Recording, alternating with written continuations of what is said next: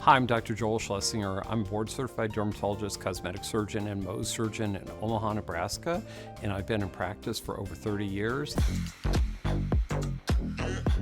Everybody has their own challenges, and hair seems to be one of those that has become increasingly evident, especially after COVID and some of the challenges that we have with some of the newer things that are quite popular, such as GLP-1s. And so we see an awful lot of focus on hair.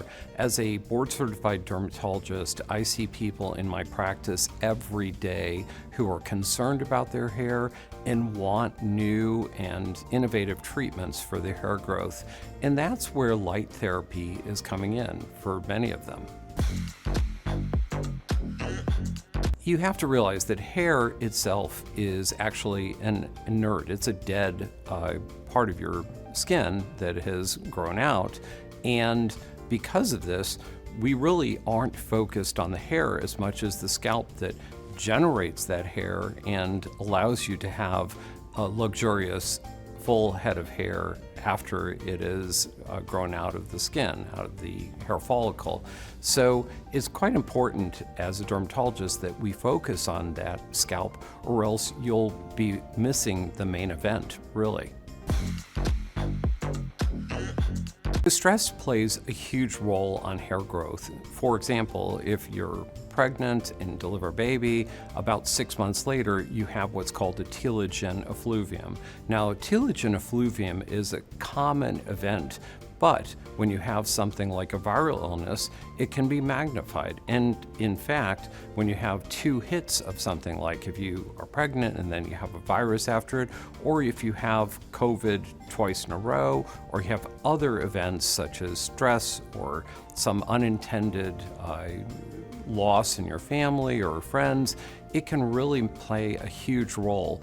Now, what you have on top of that now is the addition of GLPs to the equation. So many people are on GLPs right now, and they are using these with great benefit, but they hate the fact that they're losing their hair. And it's so common that we probably see 3 or 4 patients a day in our office that talk about their hair, or, oh, by the way, my hair is not the same as it was. And that's where things like light therapy can help. But it's also going to always be incumbent upon having a healthy scalp and a good diet outside of it. So things like dandruff are really a disease state. There are other things that can affect the hair, like psoriasis.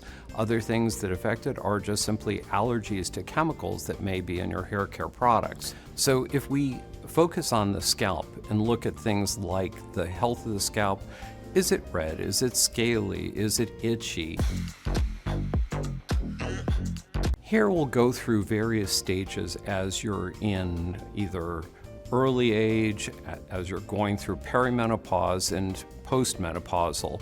So there are a lot of things that happen as you go through menopause and after that that can affect the quality of your hair and the look of your hair. Things that we recommend to our patients are, of course, eat a healthy, well-balanced diet, do things that are helpful for the hair, meaning you don't do anything that is going to aggravate the hair. Try to avoid harsh chemicals. If you see that when you do something like, for example, if you're dyeing or curling or holding your hair in a certain way, for example, if you have traction related issues from a ponytail or from cornrows or other things, you should avoid those activities if and when you can. Now, you can also do things that are pro hair. So, for example, the light therapy, other things that we do in our office are various vitamins, and there are also going to be things that only your dermatologist can help you with, like working with a disease state like psoriasis or seborrheic dermatitis or other allergies that will be very well balanced and help the hair to grow to its fullest.